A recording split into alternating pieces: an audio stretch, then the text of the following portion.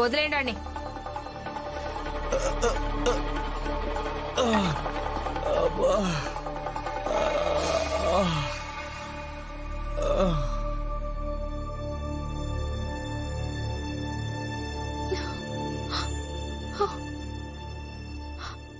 రమా, నాకు చాలా భయం వేస్తుంది. ఆవిడసలు ఒప్పుకుంటుందో ఒప్పుకోదో. ఒకవేళ తను ఒప్పుకోకుంటే అంత పెద్ద మొత్తం ఆయన ఎలా తీర్చగలడు? ఏమవుతుందో ఏంటో. అక్క, మీరేం కంగారు పడకండి. ఆయన వెళ్లారు కదా, ఏదో ఒక రకంగా ఒప్పించే వస్తారు. నీ మొగుడి ప్రపంచానికే రాజు కదా, అందుకని ఎవరికి ఏం చెప్పినా వాళ్ళందరూ ఆయన మాట వింటారు. సమస్యలన్నింటికీ భీమే పరిష్కారం అని ఈ ఇంట్లో ఉన్న వాళ్ళందరూ భ్రమలో ఉన్నారు. కానీ అసలు నిజమేంటో చెప్పనా? ఈ ఇంటికున్న పెద్ద సమస్య భీమ్.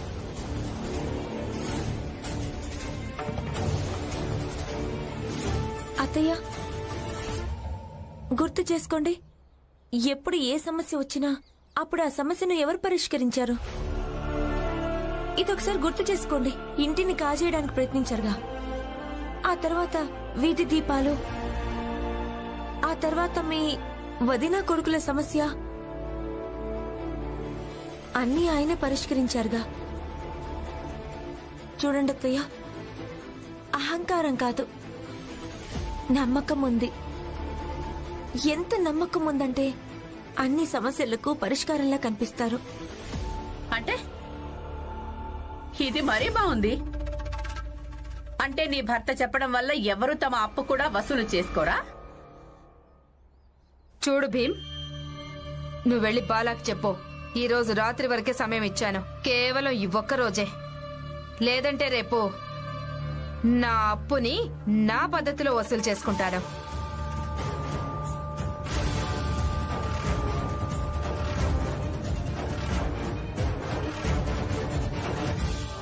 తనని రానివ్వు, చూద్దాం. అత్తయ్య, మీరెందుకు ఎప్పుడు భీమ్కు వ్యతిరేకంగానే మాట్లాడతారు? నిజానికి తను మీకు వ్యతిరేకంగా ఒక్క మాట కూడా మాట్లాడు. తను ఎప్పుడు మీ మంచి గురించి ఆలోచిస్తాడు. మరి తన విషయంలో ఇలా ప్రవర్తిస్తే మీకేమొస్తుంది? కరుణ, నీకు తన గురించి పూర్తిగా తెలీదు. తను భీమ్. నువ్వేం చేస్తున్నావు? ఈ గిన్నెలు అంట్లైనప్పుడు వాటిని తోమడం కూడా జరుగుతుంది. ఇక నేను అదే చేస్తున్నాను. మీ అందరికీ ఏదైనా ఇబ్బందా? లేదు, ఎలాంటి ఇబ్బంది లేదు. తోము, మంచిదే.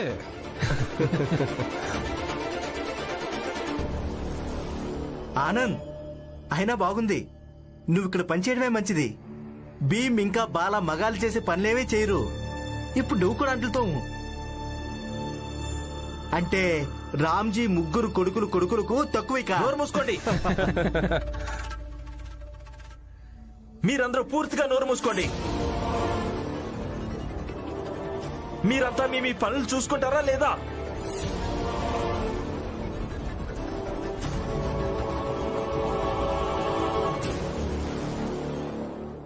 అంట్లు మావి. ఇక వాటిని ఎవరు తోమాలో అది మేము నిర్ణయించుకుంటాం, మీరు కాదు.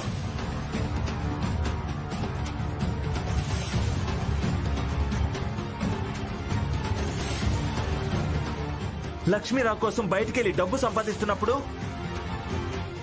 నేను కూడా తన కోసం పని చేయగలను. ఇక నాకు ఈ విషయంలో ఎలాంటి సిగ్గు అనిపించడం లేదు.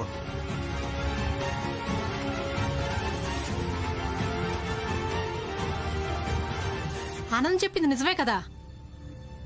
ఒకవేళ ఇలాంటి ఆలోచన ప్రతి మగాడిలోనూ ఉంటే ఆడవాళ్లకు మగవాళ్లకు మధ్య ఉన్న తేడా చెరిగిపోతుంది.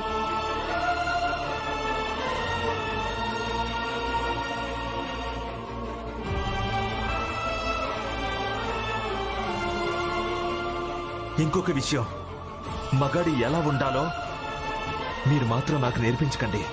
ఎందుకంటే నా దృష్టిలో మగాడంటే ఎవరంటే తన భార్యకు ఎప్పుడూ ఒక మంచి స్నేహితుడిగా ఉండాలి.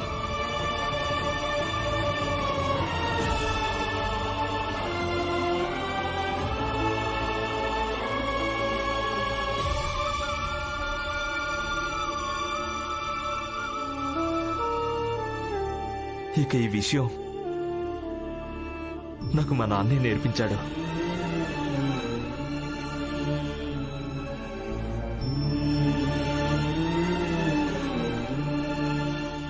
అవునా? అంటే ఇది నువ్వు నన్నే అంటున్నావా? నేను మన నాన్న మాట ఎప్పుడు వినలేదని ఇక నేను నా భార్యకు ఒక స్నేహితులా ఉండాల్సి ఉంటుందంటున్నావా? బాలా అన్నయ్య, ఈ మాట నేను మీకు చెప్పడం లేదు. కానీ ఒక్కటి ఇది మాత్రం కోరుకుంటున్నాను. ఏ నేల మీద నిలబడుంటాడో ఆ నేలలోకి కుంగిపోతున్న సమయంలో తనకు చాలా ఇబ్బంది అనిపిస్తుంది, బాధ అనిపిస్తుంది, భయం కూడా వేస్తుంది. బాలా అన్నయ్య విషయంలో కొంచెం అలాంటిదే జరుగుతోంది. ఇక అలాంటి సమయంలో వ్యక్తి ఒంటరిగా ఉండడానికి ఇష్టపడతాడు. ఇక మనం కూడా తనను ఒంటరిగా ఉండనివ్వటమే మంచిది. అంటే బాలాబావ రేపు పందెంలో చివరి రోజు ఎలాగో ఓడిపోతారు, అక్కనే గెలుస్తుంది.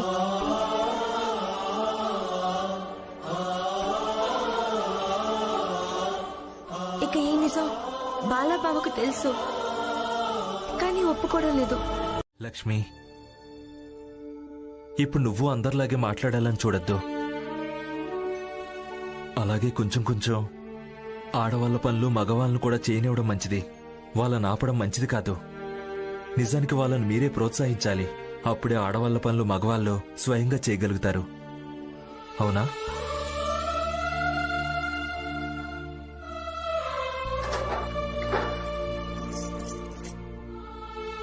సరే, మీరు చేయండి, నేను ఆపను.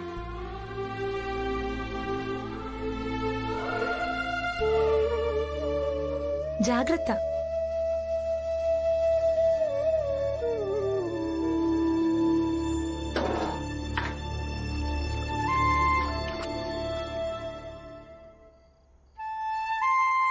లక్ష్మి,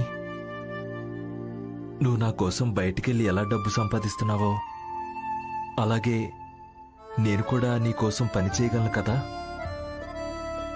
అన్నట్టు ఇంకొక విషయం, రేపటి నుంచి వంటగదిలో కొంచెం కొంచెం నేను కూడా సహాయం చేస్తుంటాను. ఇక నేర్చుకున్న తర్వాత నేను కూడా వంట చేయడం మొదలు పెడతాను. ఇక లోకులు ఏమనుకుంటే అనుకోని, కానీ లక్ష్మి, నా సంతోషం కోసం నన్ను ఈ పనులు చేయనివ్వు.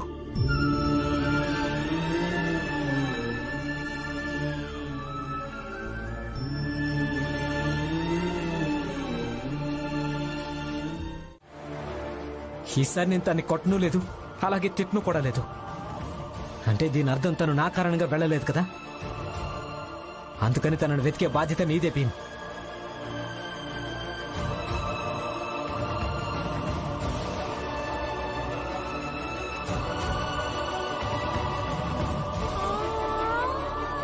నీ అభిప్రాయం ఎవరైనా అడిగారా?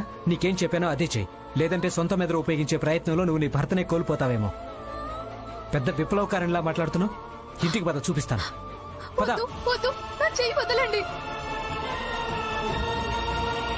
ఒకవేళ నువ్వు నన్ను ఇంకొకసారి ఛాయ్ తాగమని చెప్పావనుకో, నేను ఇక్కడే అందరి ముందే నిన్ను చెంపదెబ్బ కొడతాను. నీ శక్తిని ఇంకా ప్రయోగించు. ఇక నీ చేతిని విడిపించుకో.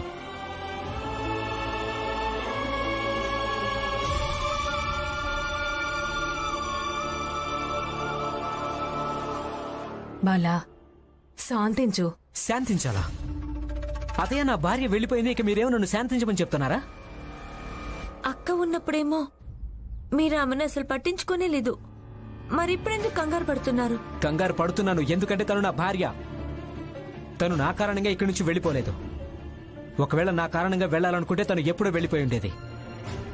ఇప్పుడు మీ దగ్గర ఉంది కదా, మరెందుకు వెళ్ళిపోయింది? నాకేమీ తెలీదు. తనను వెతికి తీసుకొచ్చే బాధ్యత మీ అందరిదే. తనను వెతికి తీసుకురండి.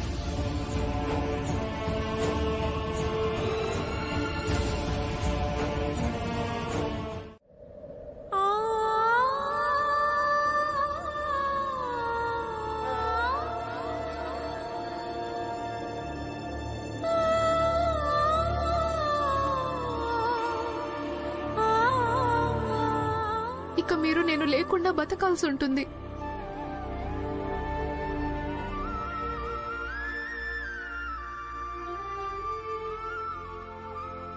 నేను చనిపోయాను. ఇక మీరు ఎలా అనుకుంటే అలాగే బతకండి. మనసుకి ఏదనిపిస్తే అదే చెయ్యండి. మిమ్మల్ని ఆపే వాళ్ళు ఇంకెవ్వరూ ఉండరు. మీరెప్పుడు చెప్తుంటారు కదా, నేను ప్రతిదానికి మీ కోపం తెప్పిస్తుంటానని. ఇక మీకు కోపం తెప్పించే వాళ్ళు కూడా ఎవ్వరూ ఉండరు. లేదు కరుణ, అంత మాట అనొద్దు. నేను ఇంకెప్పుడు కోపాన్ని. నువ్వు ఎలా చెప్తే నేను అలాగే వింటాను. కానీ నువ్వు నన్ను వదిలేసి వెళ్ళదు కరుణ, వెళ్ళొద్దు. ఈ ఆశ నేను ఎప్పుడో వదులుకున్నానండి. మీరు కొడితే నాకు దెబ్బ తగులుతుండేది, కానీ చెప్పడానికి ధైర్యం లేదు. ఈ భీమ్ ఇంకా రమలే నన్ను నా హక్కు కోసం పోరాడమని చెప్పారు. నాకు ధైర్యాన్నిచ్చారు. అందుకే పోరాడాలనుకుని కొంచెం పోరాడాను. ఇక నిజం చెప్పాలంటే మంచి పనే చేశాను. చనిపోయిన తర్వాత కూడా ఇలాగే అనిపించేది.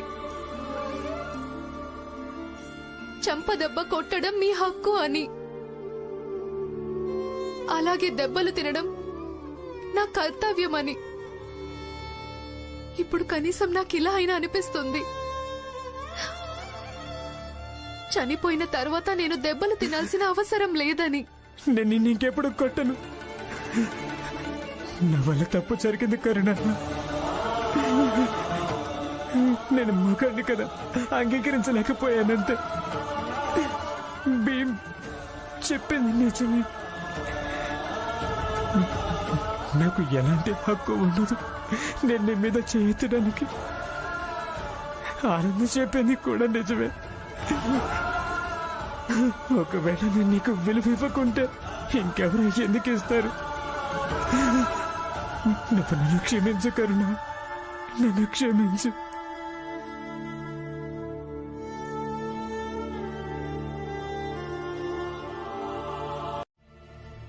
మీరేమంటున్నారు? అవును, ఏంటి?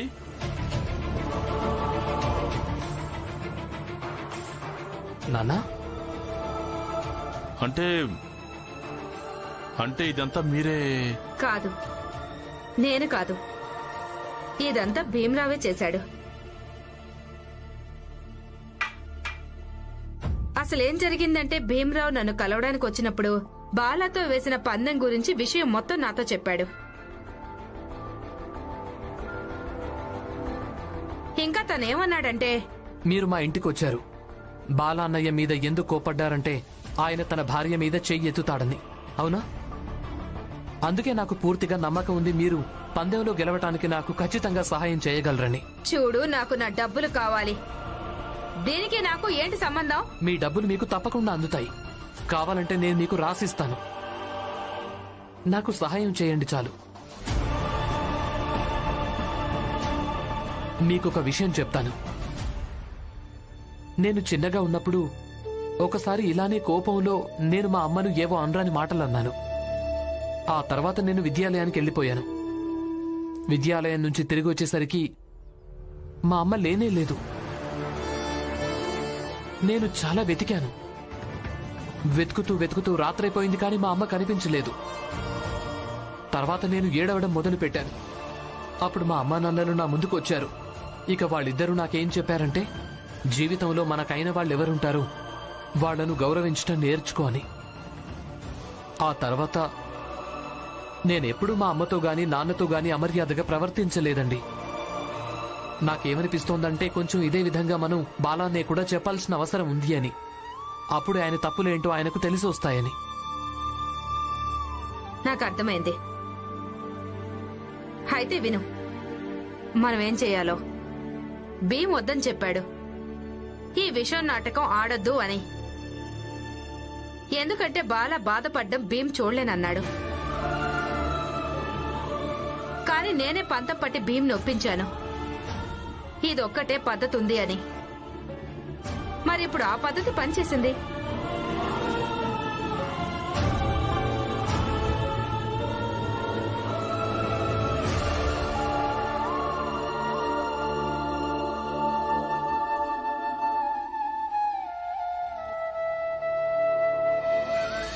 అది తను నాకు ముందే చెప్పేశారు.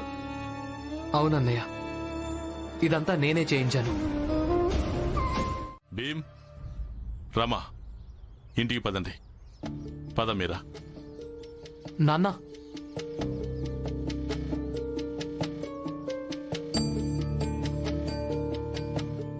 మీరు కూడా ఒప్పుకోవచ్చు కదా. ఈరోజు మనం అందరం ఇంటికెళదాం, అంతా కలిసి ఒకే ఇంట్లోకి. కానీ ఇంటి గుమ్మం దాకా కలిసి మళ్ళీ ఆ తర్వాత వేరువేరు వాటాల్లోకి కాదు.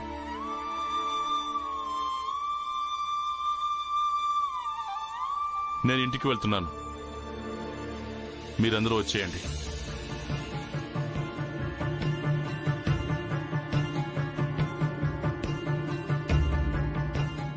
ఆనంద్ బావా, మీరింటికి వచ్చేయండి. మీరు ఒకసారి ఇంటికి వచ్చారంటే మావయ్య సంతోషిస్తారు. ఆనంద్, రమా చెప్పింది నిజమే. ఇంటికి పదండి. లక్ష్మి, పద దలియమ్మ ఇంటికి.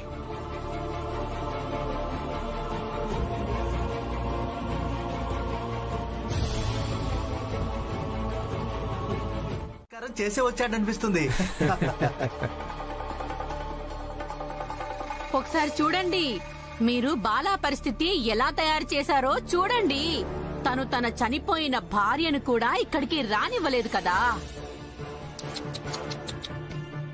మీరందరూ జీవితమంతా తనని మాటలంటూనే ఉన్నారండి, తనిక్కడికి రావడానికి వీలే లేదు అని. ఇక చూడండి, ఈ రోజు తను తన భార్య శవాన్ని కూడా మీకు దూరంగా ఉంచాడు. ఇది నిరూపించాడు తను నిజంగానే మీ అందర్నీ దూరమనే అనుకుంటున్నాడని.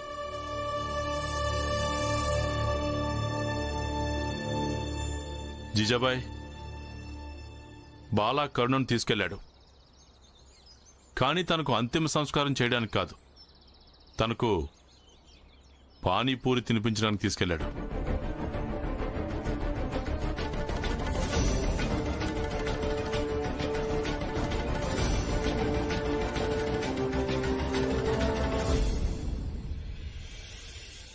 రామ్జీ అన్నా, అంటే అది విషయం కాదా? కాదు,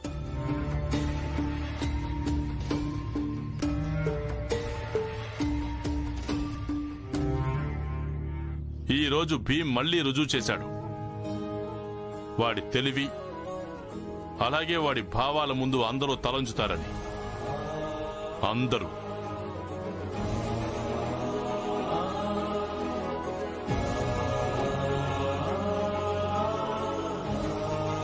నిజంగా ఇదంతా భీమే చేశాడు.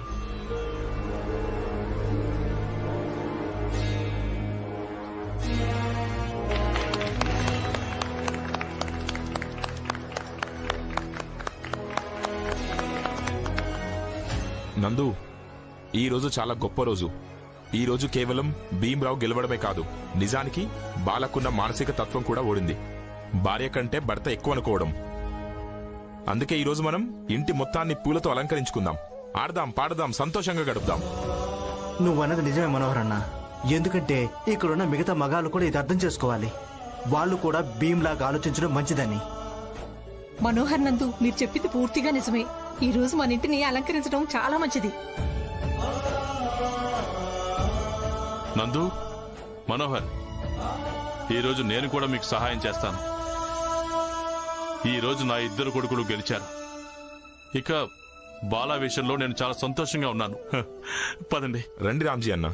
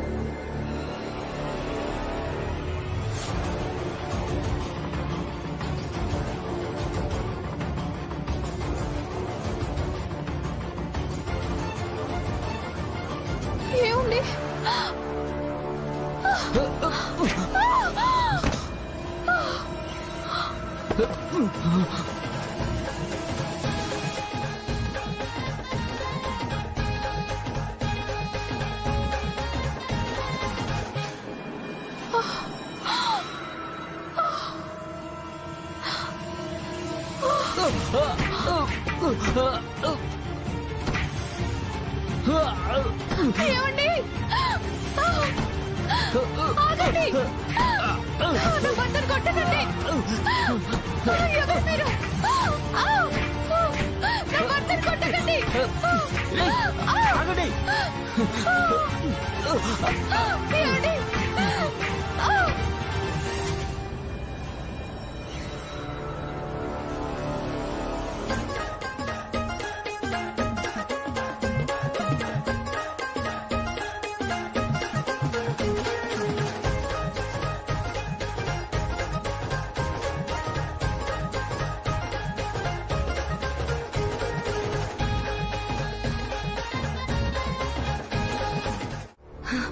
మనం ఒకసారి వెళ్ళి కర్ణక్కను చూసొద్దామా?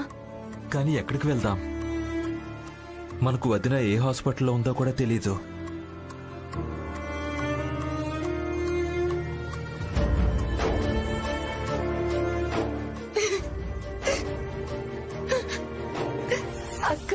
అక్క ఎంత సంతోషంగా ఉందో. అప్పుడు బాలాబావ ఆయన చేసిన తప్పు తెలిసొచ్చినప్పుడు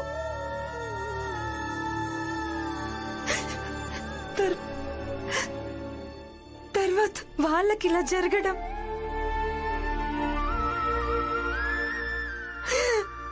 లక్ష్మి, ఏడవకు, అంతా మంచి జరుగుతుంది.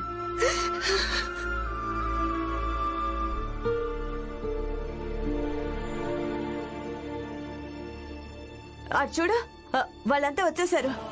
బాలా అన్నయ్య,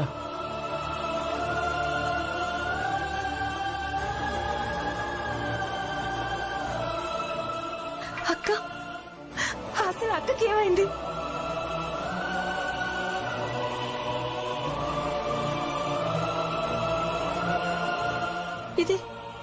ఇదంటే ఏంటి భీం? కరుణకి ఏమైంది చెప్పు భీం. నేను చెప్తాను. కరుణ మెదడు మొద్దుబారిపోయింది.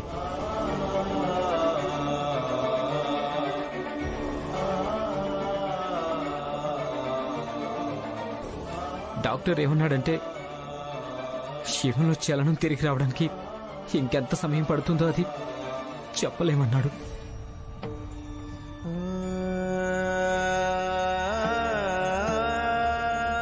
కానీ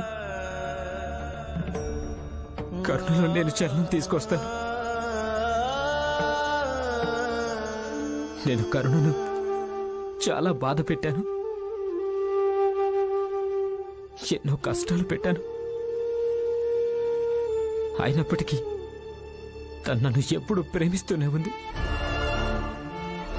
నన్ను గౌరవించింది. ఈరోజు ఆలోచిస్తుంటే అర్థమవుతుంది తన జీవితాన్ని నేను ఎన్ని కష్టాల్లో పడేశాను.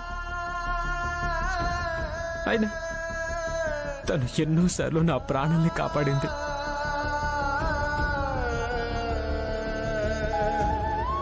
బాలా, అసలేమైంది?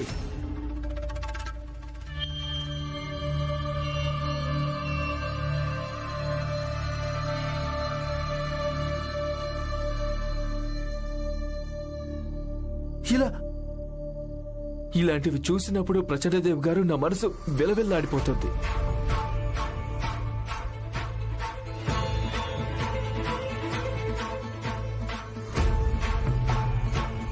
ఏంటి ఏమైంది? మీకేమనిపిస్తుంది? మీ దుఃఖాన్ని చూసి మేము బాధపడమనా? మేం కూడా బాధపడతాం. ఈసారైతే మేము నిజంగా బాధపడుతున్నాం.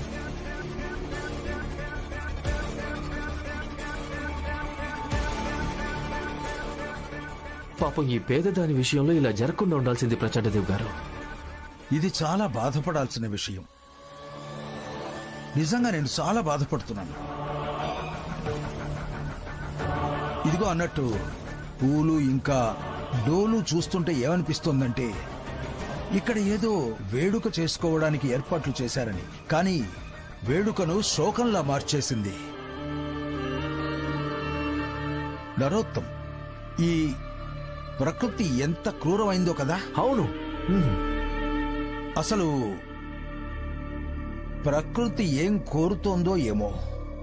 ప్రకృతి ఇదే కోరుతోంది ప్రచండదేవ్ గారు. మా బాల అన్నయ్య ఇంకా కరుణ వదిన కలిసే ఉండాలి అని. అందుకే మీరే చూడండి, ఇదంతా జరిగిన తర్వాత కూడా వదిన గాయపడింది నిజమే, కానీ ఇంకా శ్వాస ఆడుతూనే ఉంది. అందుకే మీరేం బెంగపడకండి, అలాగే బాధ అయితే అస్సలు పడకండి. అవునా?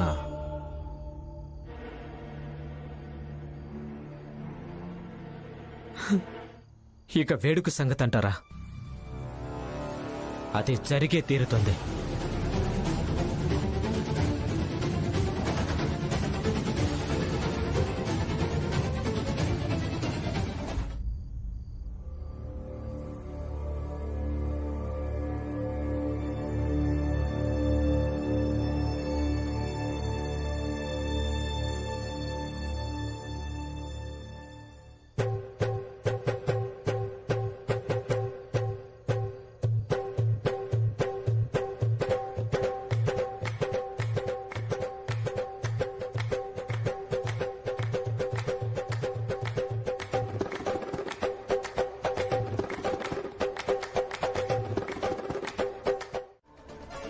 నేను భీమ్రావు అంబేద్కర్ని. ఇక ఈమె నా భార్య. ఒకవేళ నాకేం కాకపోయినా కూడా అయినా మీ పద్ధతి మాత్రం తప్పే. రమా, ఆ మిఠాయిని ఊసే. ఆ మిఠాయిని ఈమె చాలా ఖరీదైందనుకుంటోంది. ఆమె మీద విసిరావంటే ఊసేయడంతో సమానమైపోతుంది.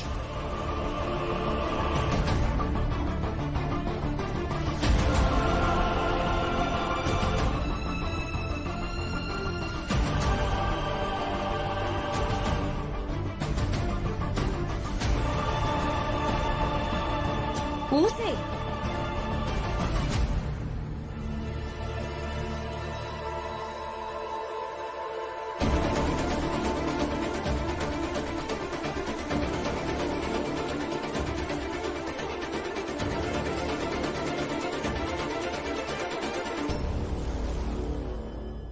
ఏ హస్బెండ్,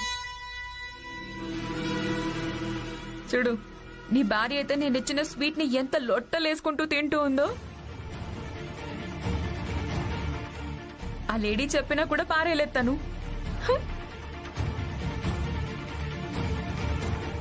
అసలు మీరంతా ఎందుకు ఇక్కడ పనికి మళ్ళీ గొడవ అంతా చేస్తున్నారు? వెళ్ళండి, వెళ్ళి మీ పనులు చూసుకోండి. అలాగే నా పని కూడా నా చేసుకునివ్వండి. అలాగా? ఇక మీకు ఎవరితో పనుంది? దీపక్ వాళ్ళమ్మ శోభా అక్క, తను మా పెద్దక్క.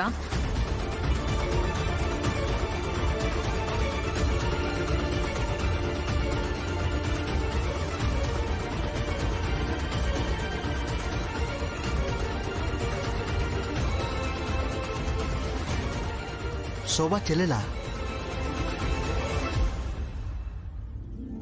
పిన్ని, పిన్ని, ఎలా ఉన్నావు? దీపక్ అక్క,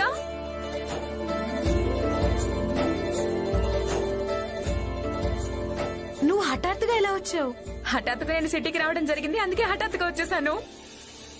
మీరు లేరు కదా, అందుకే ఇక్కడ చాలా గొడవ జరుగుతోంది.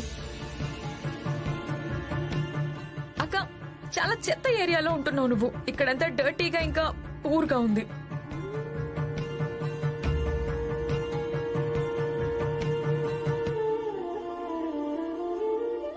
ఆర్తి, అలా అనకూడదు.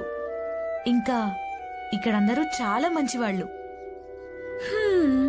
మీ అందరికీ తెలీదనుకుంటా, ఈమె నా చిట్టి చెల్లెలు ఆర్తి.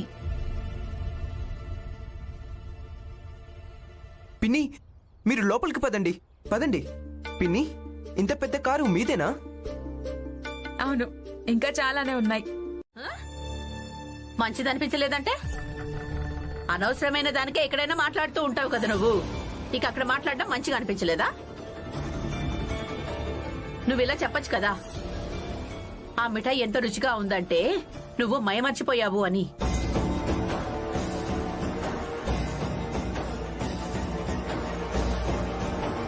జీజాబాయ్,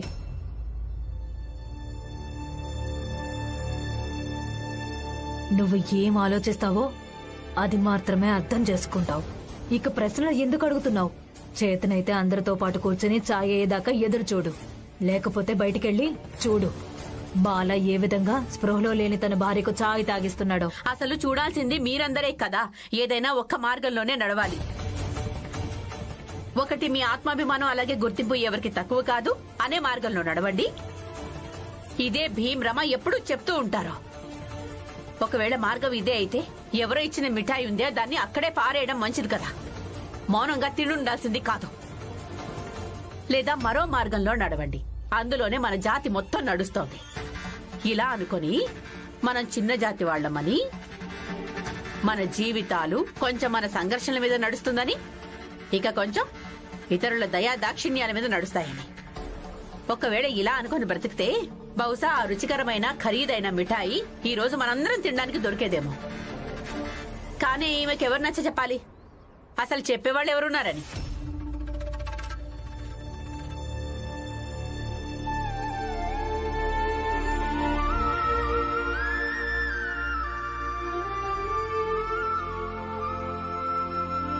చాయ్ మరిగిపోయి ఉంటే వడగొట్టి బయటికి తీసుకురా.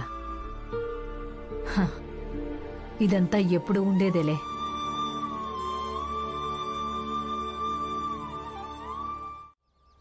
డేవిడ్ సార్ ఉన్నారు కదా? డేవిడ్ ఏంటి? అయ్యో డేవిడ్ సార్, నేను ఆయన దగ్గరే ఉండి పనిచేస్తున్నాను. ఆయన చాలా మంచి వ్యక్తి. అక్క మీరే ఆలోచించండి. థింక్. నేను ఆయన దగ్గరే ఉండి పనిచేస్తుండేదాన్ని. ఇప్పుడు ఆయనకు బొంబాయికి ట్రాన్స్ఫర్ అయింది. ఇక ఆయన నన్ను ఇక్కడికి తీసుకొచ్చేశారు. ఇక మేము ముంబైకి వస్తున్నామని నాకు తెలియగానే వెంటనే మీకోసం ఉద్యోగం గురించి మాట్లాడాను. ఇక ఆయన ఏం చెప్పాడంటే ఆయన మీకు ఉద్యోగం కూడా ఇప్పిస్తానని. తర్వాత మీరు పేదరికపు ఇంట్లో ఉండాల్సిన అవసరం లేదు. అయ్యో వద్దు, నాకు ఇక్కడ ఇలాగే బాగుంది. ఇక్కడ సంతోషంగానే ఉన్నాను. ఇక కూలి పని చేసుకుంటే మా జీవితాలు గడిచిపోతాయి. అయ్యో అలా ఎలా? నేను మీకు చెల్లెల్ని కదా. నేను మీది అలాగే దీపక్ లైఫ్ బాగు చేసే తీరుతాను. ఇవన్నీ వదిలేసి, నీకు చిలకడదుంప కూరంటే ఇష్టం కదా, నీకోసం నేను అదే వండుతాను. నో అక్క, నేను వెళ్లాల్సి ఉంటుంది. డేవిడ్ సార్ కోసం నేను వెళ్లాల్సి ఉంటుంది. ఆయన డిన్నర్ టైం కంటే ముందే చేరుకోవాలి. కానీ ఆర్తి, ఈ డిన్నర్ అంటే అర్థం ఏంటి? అక్క, పెద్దవాళ్లు పగటి భోజనాన్ని డిన్నర్ అంటారు.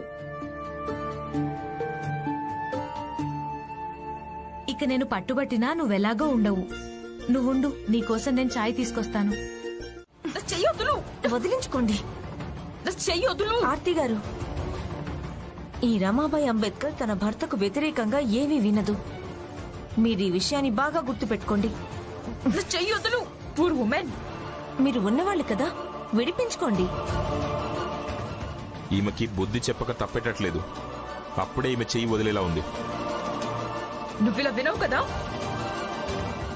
చెయ్యొద్దులు.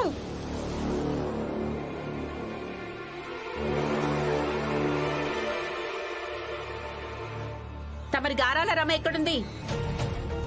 బస్తీ మొత్తం తిరిగొచ్చాను, ఎక్కడా లేదు. లోపల వంట సగంలో వదిలేసింది. దాన్ని ఎవరు వండుతారు ఇప్పుడు? ఏటైనా వెళ్ళుంటుంది, వచ్చేస్తుందిలే. వచ్చేస్తుంది అంటే నేను తన కోసం ఎదురు చూస్తూ కూర్చోవాలా? హ, మీ అందరి కడుపులైతే భీమ్ వాగుడు వింటే మొత్తం నిండిపోతాయి. కానీ నా కడపలా నిండదమ్మా. భీమ్! అయ్యో, నువ్వు వాణ్ణెందుకు పిలుస్తున్నావు? వాడు చదువుకుంటున్నాడు. ఎక్కడికెళ్ళిందో వాడికేం తెలుసు? తను చదువుకుంటుంటే నాకు దానికి ఏం సంబంధం?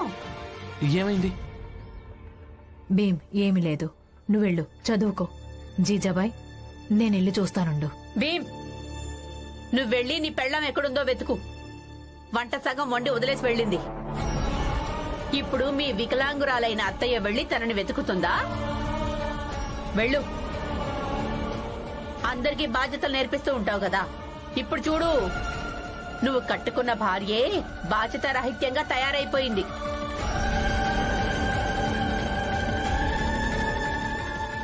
రమా, చూడండి రమా, నువ్వేం మాట్లాడకు. కొన్ని మర్యాదలుంటాయి, కాస్త వాటిని పాటించు. నేను చూసొస్తాను.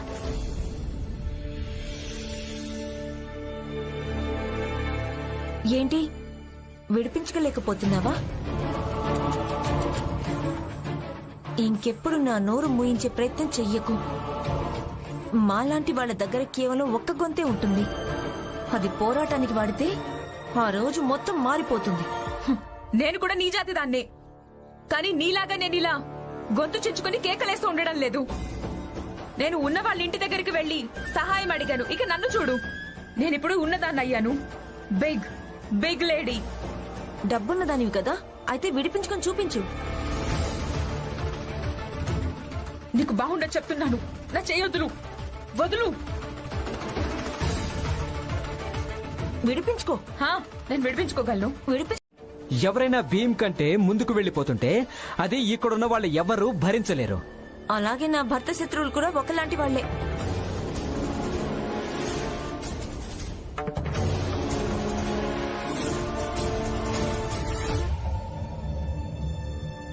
నా భర్త తనను తాను ఎప్పుడు గొప్పగా అనుకోరు.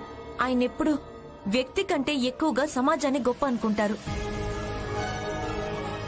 తనకు సమాజ అభివృద్ధి గురించి బెంగ ఉంటుంది. ఆయనలా చేతిలో మిఠాయి డబ్బా పట్టుకుని మిగిలిన వాళ్ళకంటే తనే గొప్పని ఎప్పుడూ ఎగిరి పడరు. ఆయన పోరాటం చేస్తారు. ప్రతి ఒక్కరి పళ్ళెంలో ఆకలిని తీర్చడం కోసం రొట్టెలు ఉండాలని.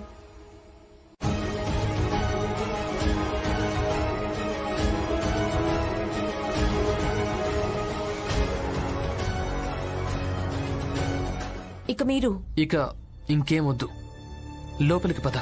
లోపలికి ఎందుకెళ్ళాలి? మాట్లాడనివ్వండి. ప్రతి చోట మీరు నా నోరు మూయించలేరు. వీళ్ళు నోటికి ఏమనిపిస్తే అలా మీకు వ్యతిరేకంగా మాట్లాడడానికి వీల్లేదు. మీరెవరిని ఒక్క మాట కూడా అనరుగా. ఇలా మౌనంగా నేనుండలేను. నేను మాట్లాడతాను.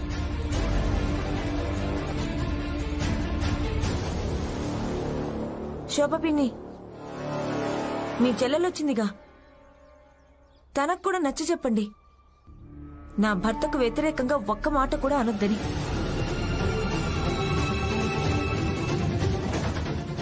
ఈ రోజు నేను హద్దులో ఉండి తననేమీ అనలేకపోయాను.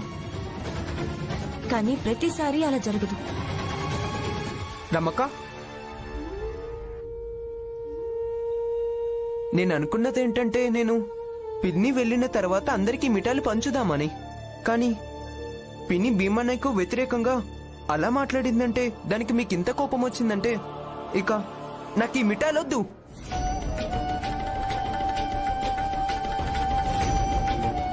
దీపక్, ఎందుకు ఇలా చేశావు?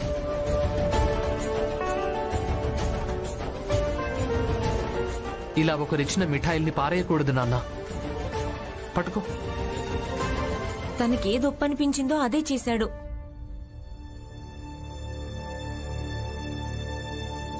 ఇక నాకు తెలిసి దాన్ని కూడా గౌరవించడం మంచిది.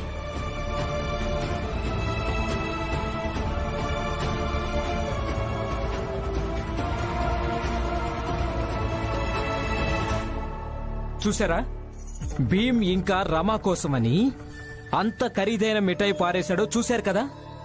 ఇక ఈ విషయాన్ని నువ్వు అర్థం చేసుకోవడం లేదు. ఇప్పుడు ఈ భీమ్ ఇంకా రమా ఇద్దరు నీ ఇంటికే నష్టం కలిగించడం మొదలు పెట్టేశారు. కానీ వీటన్నిటి వల్ల వాడేం పొందగలిగాడు? ఏమీ లేదు. అలాగే తను ఆర్తి ఉంది కదా, తన బతికే పద్ధతిని చూడు. ఉన్నవాళ్ల సాన్నిధ్యంలో ఎప్పుడూ ఉంటుంది. ఇక నువ్వే ఆలోచించు, వాళ్లకు వివరించు. ఎవరి మార్గం స్పష్టంగా ఉందో, అలాగే ఎందులో ఎక్కువ ప్రయోజనం ఉందో. జోకు, ఆ ఆర్తి అనే పేరుగల రేఖను ఎంతగా పెద్దగా గీయాలంటే దాని ముందు భీమ్రావ్ అనే పేరుగల రేఖ ఎప్పటికీ శాశ్వతంగా చెరిగిపోవాలి. ఇక ఈ పని నువ్వు, జనార్దన్, హితేష్ మీరు కలిసి చేయాల్సి ఉంటుంది. మేమిద్దరు ఎలా అయ్యగారు? కంగారు పడకు.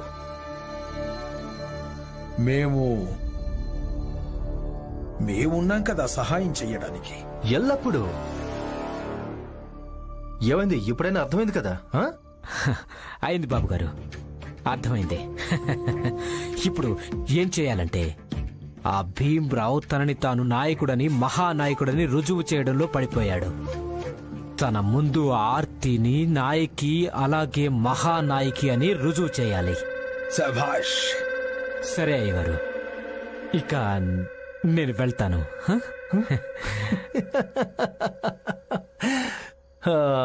మూర్ఖుడా, వట్టి చేతులతో వెళ్తావా?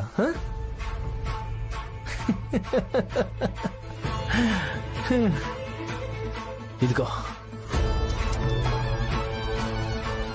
ఇది జనార్దన్ది, ఇది హితేష్ది. ఇక వెళ్ళు. అన్నట్టు వెళ్తూ వెళ్తూ ఇది ఆలోచిస్తూ వెళ్ళు. ఆర్తి స్థాయి ఎంత ఎత్తుకు ఎదిగితే మీ అందరికీ డబ్బులు అంతగా పెరుగుతాయి. సరేనా? అలాగే బాబు గారు. వస్తానయ్య గారు, వస్తాను బాబు గారు. పనికి రాని చవట.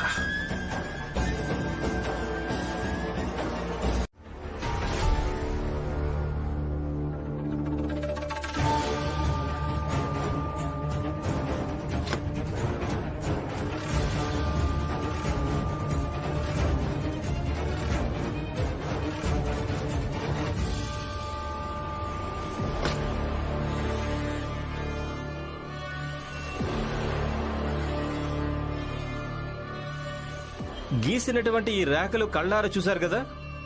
ఇప్పుడు ఈ పలకలు కూడా చూడండి, జాగ్రత్తగా చూడండి, చదవండి. చదువు వచ్చిన వాళ్ళు తర్వాత అర్థం చేసుకోండి. రాత్రంతా ఆలోచించాను, బాగా ఆలోచించాను. మన గురించి, ఆర్తి గురించి, ఆ తర్వాత భీమ్రావు గురించి. తర్వాత నాకు అర్థమైంది ఏంటంటే, ఈ గీసినటువంటి 2 రేఖల్లోనే ఒక మార్గం మనది అవుతుందని. అవును, ఇక ఇవే 2 మార్గాల్లో నుంచి ఒక మార్గాన్ని మనందరం ఎంచుకోవాల్సి ఉంటుంది. ఒక మార్గం భీమ్రావుది, ఇక రెండవ మార్గం ఆర్తిది.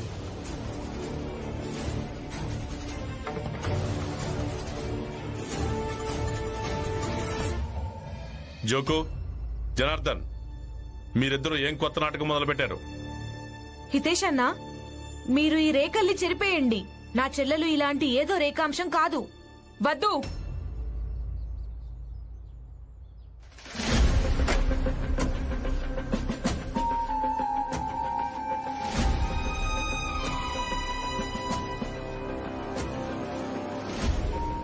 రేఖలను చెరిపేయడానికి వీల్లేదు. ఎలా ఉన్నాయో అలాగే ఉండని.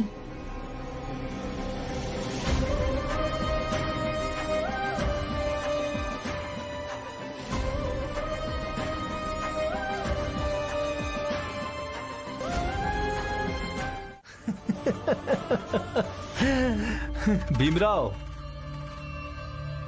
చిన్నపాటి విరామం తీసుకుందాం. ఆ విరామం తర్వాత మేమందరం కలిసికట్టుగా నీకు వివరిస్తాం.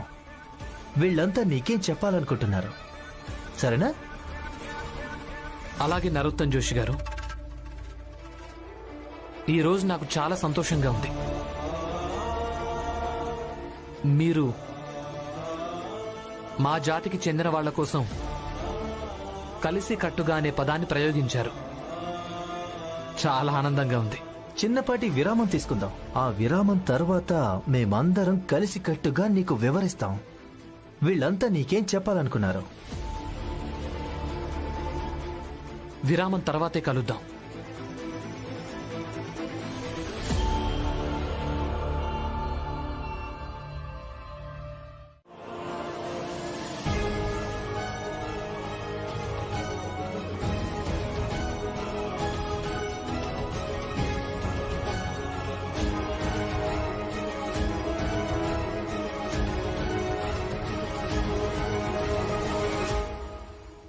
ధన్యవాదాలు నరోత్తమ్ జోషి గారు. హితేష్ బాబాయ్, మీకు కూడా చాలా చాలా ధన్యవాదాలు.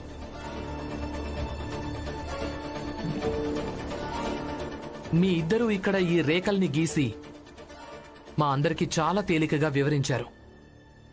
మా జాతిలోని ప్రతి వ్యక్తి ఈ 2 మార్గాల్లోంచి ఏదో ఒక మార్గాన్ని ఎంచుకోవాల్సి ఉంటుందని. నరోత్తం గారు, ఆ రేఖ పెత్తనపు భావాలతో నిండిపోయింది.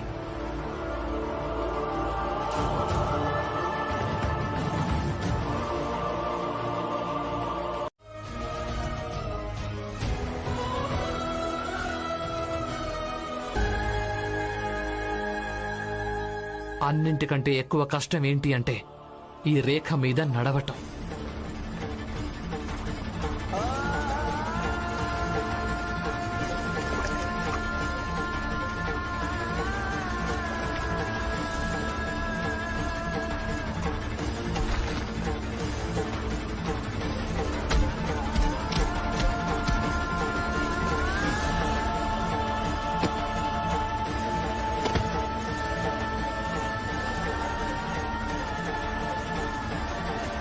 ఇక గుర్తింపు అనేది ఇదే రేఖ మీద నడవటం వల్ల లభిస్తుంది.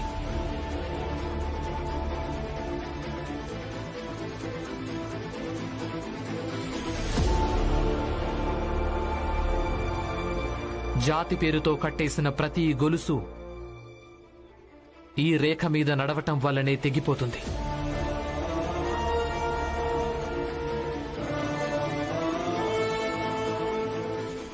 మీ అందరికీ అనిపిస్తూ ఉండొచ్చు, ఈ రేఖ ఉంది కదా అది నేను గీసిందని. కానీ అది నిజం కాదు. నాకంటే ముందు ఎంతో మంది ఉండుంటారు. వాళ్ళు ఈ రేఖ మీద నడవటానికి న్యాయవాదం చేస్తుంటారు. అలాగే నా తర్వాత కూడా ఎంతో మంది జన్మిస్తారు. వాళ్ళు ఈ రేఖ మీద నడవటానికి న్యాయవాదం తప్పకుండా చేస్తారు.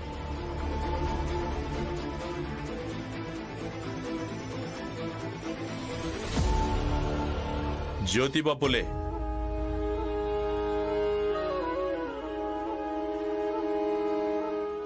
జ్యోతిబా పూలే ఇదే రేఖ మీద నడవడం గురించి మాట్లాడేవాళ్ళు. ఏ ధర్మమైనా ఎలాంటి వ్యక్తినైనా చదువుకోవడానికి అలాగే జ్ఞానాన్ని పొందడానికి తనను వంచలేదు. సత్యం ఏమిటంటే శాస్త్రాల గురించి ఉదాహరణలు చెప్పే వీళ్ళంతా చదువుని ఒక ప్రత్యేక వర్గం వరకే పరిమితం చేయడానికి సామాజికంగా కుట్ర చేస్తున్నారు.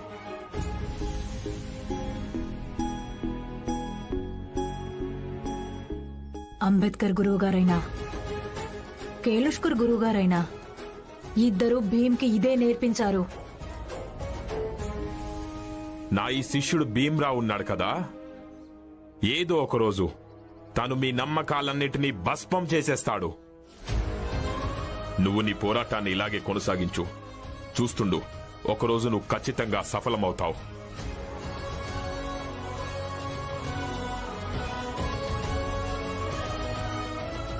అలాగే బరోడా సాయాజీ మహారాజ్ కూడా ఇదే మార్గంలో నడవమని చెప్తాడు. నేనొక రాజుని. ఒకరి జాతి నా దృష్టిలో హద్దుగా మారలేదు. నేను అంటరానితనాన్ని నమ్మను. మీ అందరికీ చెప్పడం నాకు ఆనందంగా ఉంది. నేను భీమ్రావుకి ఏ పరీక్ష అయితే పెట్టానో అందులో తను ఉత్తీర్ణుడయ్యాడు. మీకు గుర్తుందా, నేను చిన్నగా ఉన్నప్పుడు నాకంటే 8 ఇయర్ పెద్దమ్మాయి ఛాలెంజ్ చేసింది. తను నన్ను ఎత్తి కింద పడేస్తుందని. ఇక నేను తనతో పోరాడడానికి వెళ్ళాను. అవును, నాకు మొత్తం గుర్తుంది. తనతో పోట్లాడకుండా నేను నిన్ను ఎలా ఆపానో, ఇక నిన్ను లాక్కుంటూ ఇంటి లోపలికి ఎలా తీసుకొచ్చానో. చాలా సేపటి దాకా ఏడుస్తూ ఉన్నావు. తర్వాత నీకు నువ్వే ఆపేశావు. అక్క, కథ కేవలం అంతే కాదు. నెక్స్ట్ డే నేను దాని ఇంటికి వెళ్ళాను. దాన్ని ఇంట్లో నుంచి బయటికి రమ్మన్నాను. ఇక వీధిలో వాళ్ళందరి ముందు దాన్ని ఎత్తి కింద పడేశాను. అంతే అక్క, నేను చిన్నప్పటి నుంచి అంతే. ఇక రమ కూడా అదే తప్పు అప్పుడు 8 ఇయర్ పెద్దమ్మాయి చేసినట్టుగా చేసింది. ఇక నేను రమాని అందరి ముందు ఎత్తి పడేసేంత వరకు అంతవరకు నాకు మనశ్శాంతి లభించదు. ఇక కావాలంటే మీరు ఎంత చెప్పినా సరే. ఆర్తి,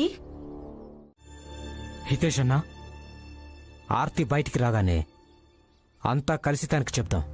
మనందరికి కూడా వాళ్ళ సార్ దగ్గర పనిపించమని. ఇప్పుడు మనందరం తనకు పక్కన నిలబడినప్పుడు ఈ మాత్రం చేయగలదు కదా. ఇక చూడండి, పని మనిషి అయ్యుండి కూడా ఎంత హోందాగా దర్పంతో ఉంటుందో.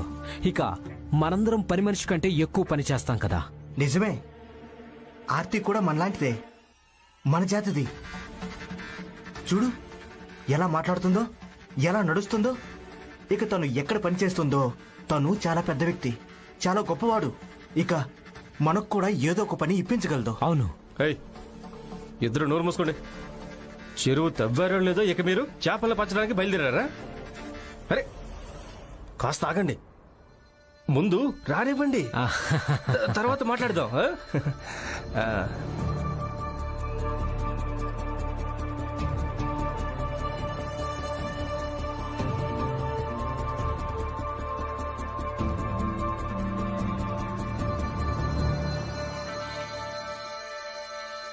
What happen? కౌ కాదు, పని గురించి మాట్లాడడానికి వచ్చాం. నువ్వు ఎక్కడ పని చేస్తున్నావు? అక్కడ మా అందరినీ కూడా పనిలో పెట్టించావా? అవునా? అక్కడ పని చేయడం అంత ఈజీనా? ఈజీ అంటే ఏంటి? తేలిక. అయ్యో, మేమందరం ఏదో ఒక పని చేసుకుంటాం. ఇక మీరు పని ఇప్పించండి చాలు. నేను పని వెతుక్కోవడానికి వెళ్తున్నా. సరే, నేను శోభా అక్కకి కూడా డిన్నర్ టైంకి రమ్మని చెప్పేశాను. మీరంతా కూడా వచ్చేసేయండి. డిన్నర్ అంటే? ఇక్కడ ఒక్కరికి కూడా డిన్నర్ అంటే ఏంటో కూడా తెలీదా? తెలుసు.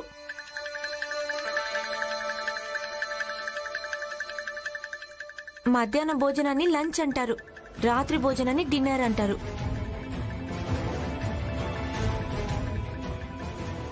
ఇక ఇక్కడ చాలా మందికి చాలా విషయాలు తెలుసు. మాకేమీ తెలీదని కొందరికి అనిపిస్తుంటుంది. ఇక ఇంతే.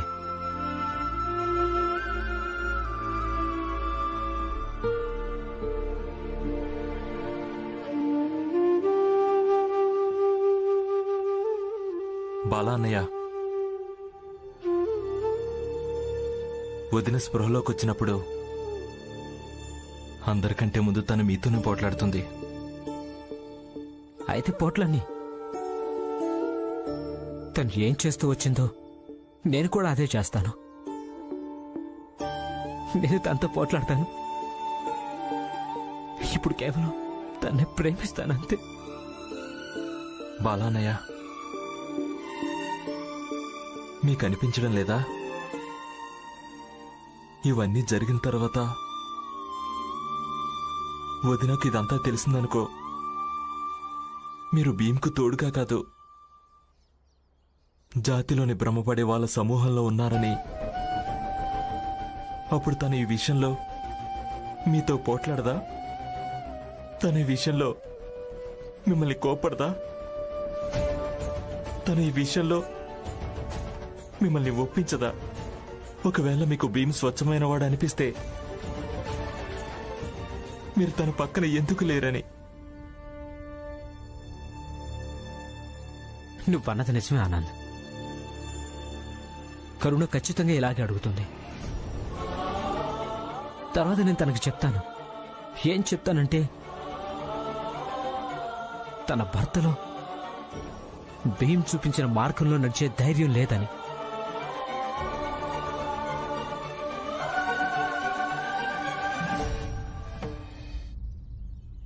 నీళ్లుంటాయి కదా ఆనంద్,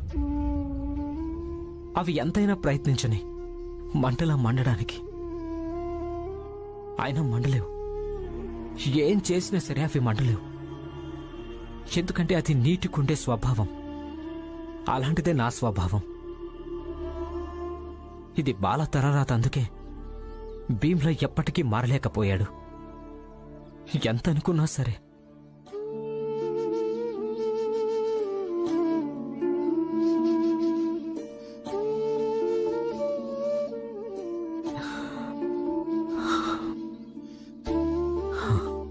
నువ్వేం బాధపడకో. నువ్వు నాకొక పని చేసి పెట్టు. మీ వదిన్ని జాగ్రత్తగా చూసుకో. నేను పని వెతుక్కోవడానికి వెళ్ళాలి. డబ్బులు లేవు. బాలా,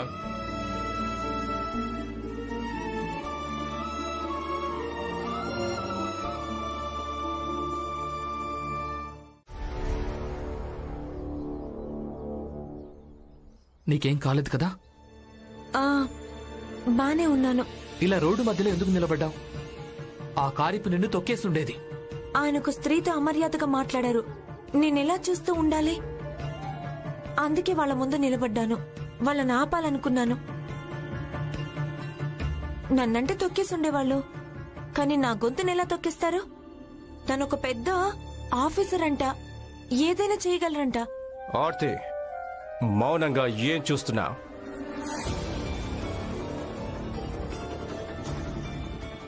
ఇంతకీ పెద్ద ఆఫీసర్ ఎవరు? ఆర్తి గారు ఆయన దగ్గర పనిచేస్తున్నారు. ఆయన ఆర్తి గారిని పని మనిషి అనుకుని తన చేతిని బలవంతంగా పట్టుకున్నారు. అమర్యాదగా మాట్లాడారు. తను పని మనిషి అయ్యుండొచ్చు, కానీ ముందు ఒక స్త్రీ కదా. ఓ హలో, అసలేం మాట్లాడుతున్నావు? ముందుగా ఏం మాట్లాడాలో అర్థం చేసుకో. డేవిడ్ సార్ పూణేకి వెళ్ళాలి, అందుకే ఆయనను హడావిడిగా కార్లో కూర్చోబెట్టారు. ఇక్కడికి వచ్చి నువ్వు ఏదేదో మాట్లాడుతున్నావు. అచ్చా, భీమరావు అంటే నీ పేరేనా?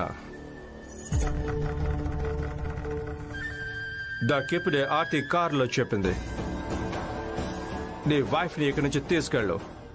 అలాగే తనకి నచ్చ చెప్పు. వెనక ముందు ఆలోచించకుండా ఏదేదో వాగుద్దని.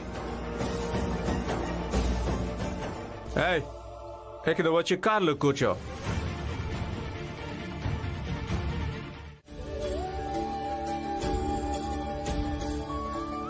పదండి, నాకిప్పుడు మీ మీద పూర్తి నమ్మకం ఉంది.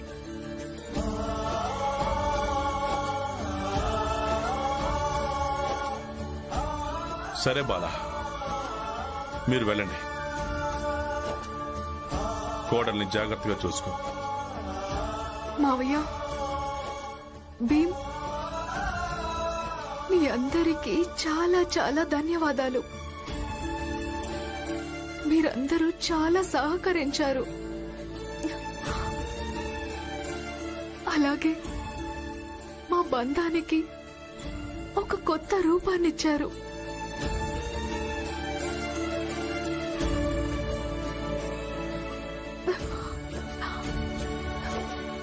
భీమ్,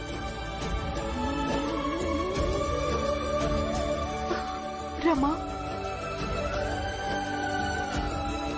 ధన్యవాదాలు.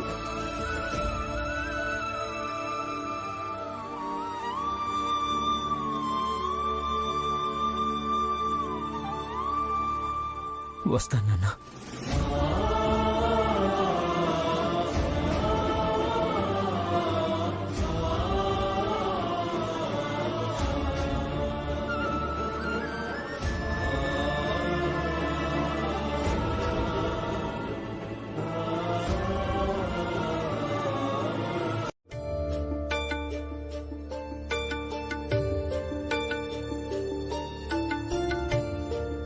అక్క, మీరు విషయం చెప్పండి. మీరు ఎక్కడ పనిచేస్తున్నారో అక్కడ యజమాని బలవంతంగా మీ చేయి పట్టుకుంటే మీరేం చేస్తారు?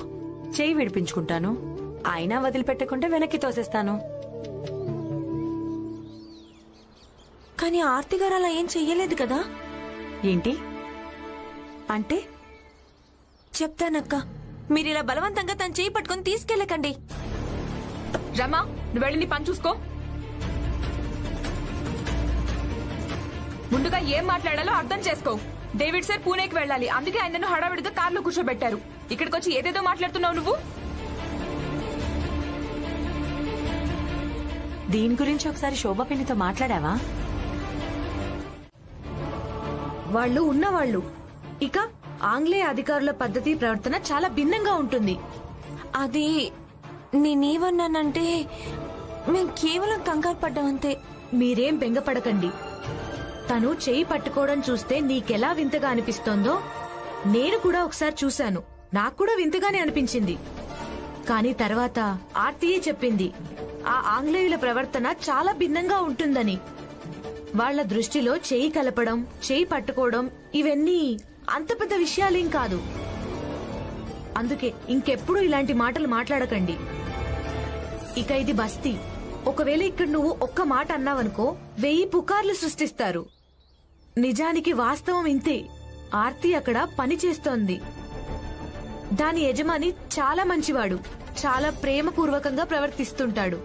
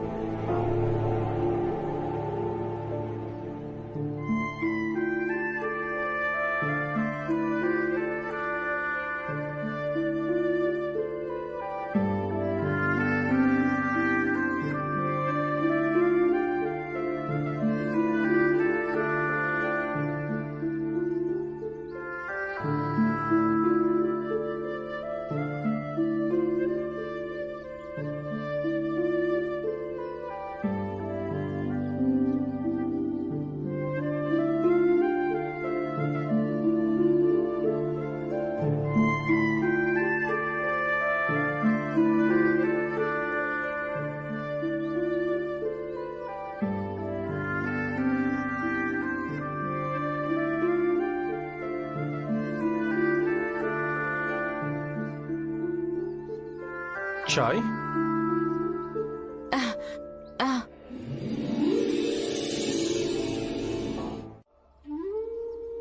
మనం బిడ్డను దత్తత తీసుకునే విషయం గురించి మాట్లాడితే మంచిదనిపిస్తోంది. ప్రత్యేకించి వాళ్ళిద్దరు తప్ప ఇంకెవరు మాట్లాడకూడదు. మనం ప్రయత్నం చేశాంగా, అదే ఎక్కువ. ఇక ఏ నిర్ణయం తీసుకున్నా వాళ్లే తీసుకుంటారు. నువ్వన్నది నిజమే. వాళ్ళేం నిర్ణయించుకున్నా వాళ్ళనే నిర్ణయించుకునివ్వటం మంచిది.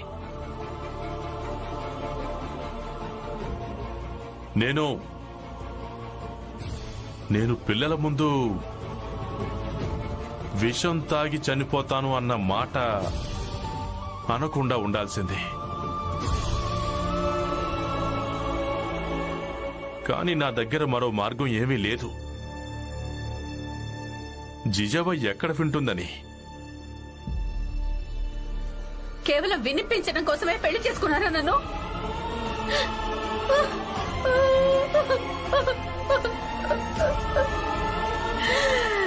చూడు జిజాబాయి, ఇలా ఏడవడం వల్ల ఏం ప్రయోజనం లేదు. ఏడుస్తాను, నేను బాగా ఏడుస్తాను.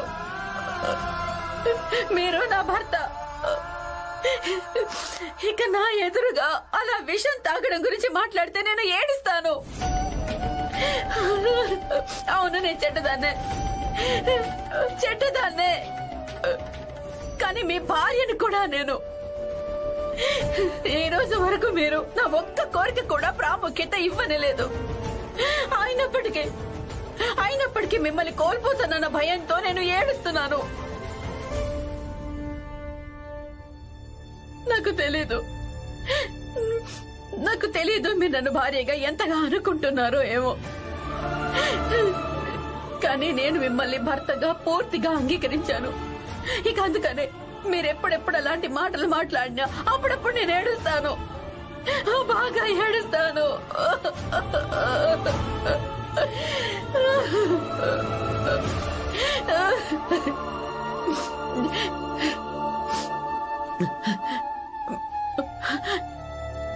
అయినా మీరిలాంటి వాళ్ళ కోడలు, కొడుకు, తమ్ముడు, చెల్లెలు, మీకు అన్ని బంధాల గురించి అవగాహన ఉంది.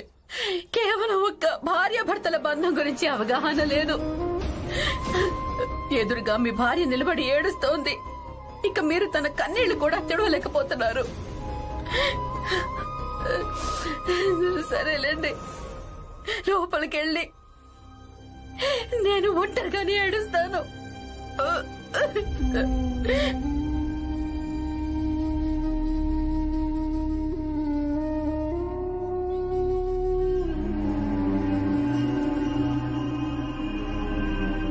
చూడు జీజాబాయి,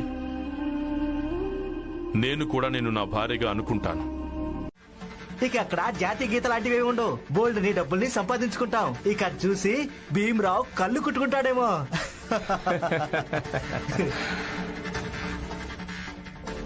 పాపం భీమ్ కదా.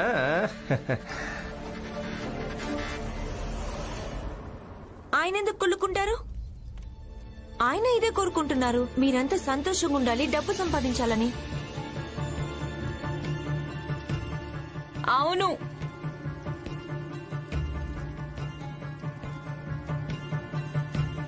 చాయ్ తాగి మాట్లాడకుండా రోజు ఏం చేస్తారో ఆ పనులు చేసుకోండి. నేనే మీ అందరినీ దత్తత తీసుకోలేదు. అయ్యో హితేష్ బాబాయ్, మీకు చాలా పెద్ద వింతే జరిగింది.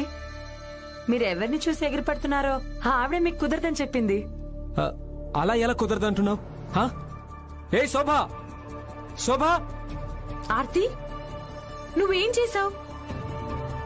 శోభా, మనం మాట్లాడుకున్నాం కదా, ఆర్తికి నువ్వైనా చెప్పు. ఇలా చూడు ఆర్తి, మేము నీకు ఎంత సహాయం చేశాం.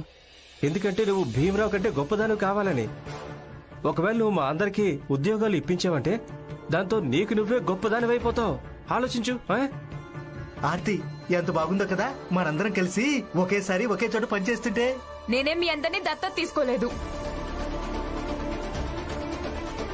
మీరంతా మీ సంగతి చూసుకోండి, ఇంకా నేను నా సంగతి చూసుకుంటాను. అలాగే మా అక్క సంగతి. అక్క పదండి, డేవిడ్ సార్ లంచ్ టైంలో కలవడానికి వెళ్ళాలి. లేదు, మేమందరం వస్తాం. సాబ్ ఉద్యోగాలు ఇచ్చినా లేదా ఇవ్వకపోయినా అది వేరే విషయం, కానీ మేమందరం వస్తాం. అలాగే మేమంతా ఉద్యోగాలు అడుగుతాం. అక్క, నాకు అందరితో సంబంధం లేదు, కేవలం మీతోనే సంబంధం. సంబంధం ఎందుకు లేదు? ఒకవేళ సంబంధం లేకుంటే మిగతా వాళ్లతో ఎందుకు పెట్టుకున్నావు? భీమ్తో, రమాతో, రామ్జీ అన్నతో సంబంధం లేకుంటే రమా మీదకు సాబ్ కార్ పోనిస్తూ ఉంటే దాన్ని నువ్వెందుకు వ్యతిరేకించలేదు? సంబంధం లేకుంటే 2 పెద్ద గీతలు గీసి అంత నాటకం ఎందుకు ఆడావు? అలాగే నువ్వు ఒక రేఖ మీద నిలబడి మౌనంగా ఉన్నావు, ఒక్క మాట కూడా అనలేదు. అన్ని చోట్ల సంబంధం ఉన్నప్పుడు ఇక్కడ కూడా సంబంధం ఉండి తీరాలి. సంబంధం ఎందుకు ఉండాలి? ఆ మధ్య వీళ్ళందరూ అగ్రిమెంట్ కూలీలుగా మారి వెళ్తుంటే భీమ్, రమ కలిసి వీళ్లను ఆపారంటగా. ఇక ఇప్పుడు నేను వాళ్ళని నా వెంట తీసుకెళ్తుంటే మళ్ళీ ఆపుతారు, అదొక నాటకం. మేమేమీ మిమ్మల్ని ఆపం.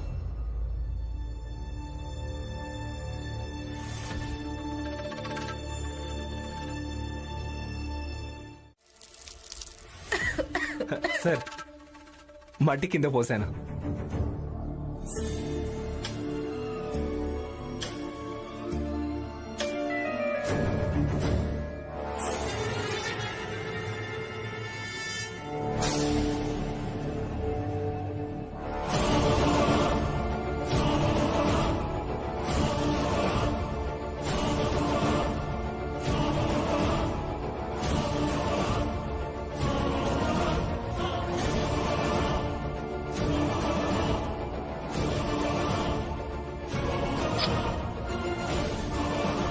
ఇక మీరందరూ ఒక్కొక్క యాపిల్ ముక్క తీసుకొని కాళ్ళు మూసుకొని వాచిని తినండి.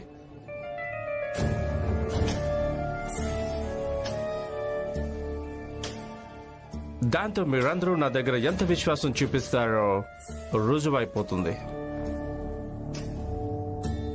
సరే సార్, నేను వెళ్తాను. నేను ఎన్నో ఏళ్ల నుంచి మీ దగ్గర పనిచేస్తున్నాను. నా విశ్వాసం మీద మీకు అసలు అనుమానమే ఉండదు. వద్దు, ఆగు, కూర్చో, కూర్చో. యాపిల్ ముక్క తీసుకొని దాన్ని తిను. చెప్పాడు కదా నేను జాతి మతాలను పట్టించుకోనని. మీ అందరినీ నేను కేవలం ఇండియన్ అనుకుంటానంతే, కేవలం ఇండియన్. ఇక విశ్వాసాన్ని మళ్ళీ మళ్ళీ రుజువు చేసుకోవాల్సి ఉంటుంది. త్వరగా తీసుకోండి.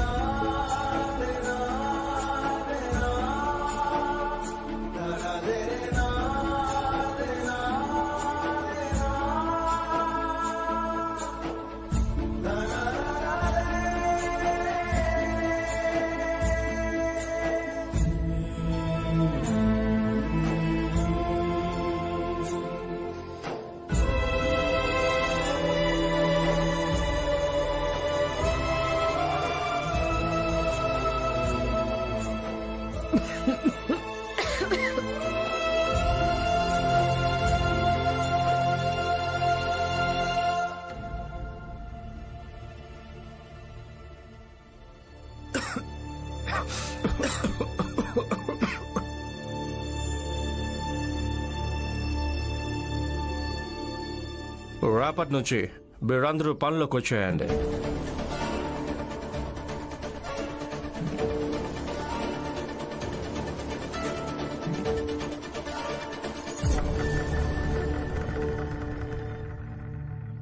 మీరంతా ఎక్కడికి వెళ్ళా కూడా ఇతరులకు కూడా సమస్యని తీసుకొని వస్తారు. మీకున్న స్తోమతే అంతా మట్టిలోంచి గడ్డి ఏరుకొని తినడం. మీ అందరి కారణంగా నేను కూడా తినాల్సి వచ్చింది.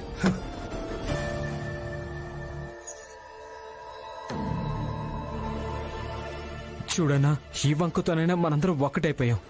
అయినా సాహెబ్ చెప్పాడు కదా ఆయన జాతి మతాలను పట్టించుకోనని. మనందరం ఏంటది? ఇండియన్. మనమందరం ఇండియన్. మనందరం ఒక్కటి కాదు. మీరు